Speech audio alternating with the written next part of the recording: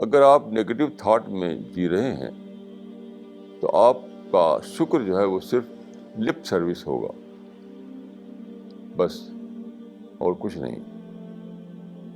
شکر تو وہ ہے جو ایک تھرل کے طور پر نکلے۔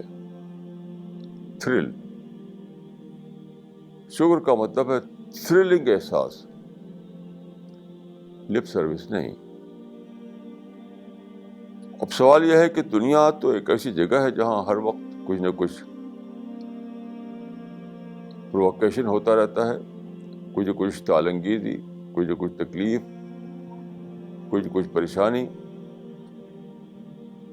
دنیا ایسی جگہ ہے جہاں آپ اس سے بچ نہیں سکتے کہ روزانہ کچھ نہ کچھ آپ کو انوانٹیڈ سچویشن پیش آئے، کچھ ناخوشگوار باتیں پیش آئیں، کیونکہ دنیا میں اللہ تعالیٰ نے ہر انسان کو آزادی دی ہے۔ جب آزادی دی ہے تو آزادی پر خدا نے کوئی روک نہیں لگائی ہے۔ آدمی اس کے لیے بھی آزاد ہے کہ اپنی آزادی کو مس یوز کرے، اپنی آزادی کا غلط استعمال کرے۔ آپ جانتے ہیں کہ اپنی آزادی کا غلط استعمال کر کے انسان نے پیغمبر یحییٰ کو قتل کر دیا،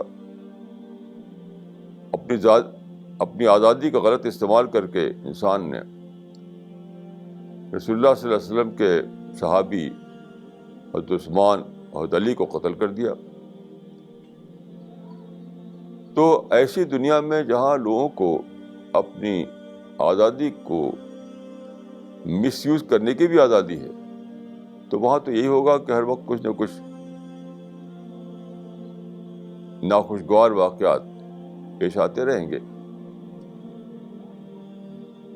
تو سچا شکر کرنے کے لیے، وہ شکر جو ایک تھرل کے طور پر آپ کی زبان سے نکلے، اس کے لیے صبر ضروری ہے۔ صبر کا مطلب کیا ہے؟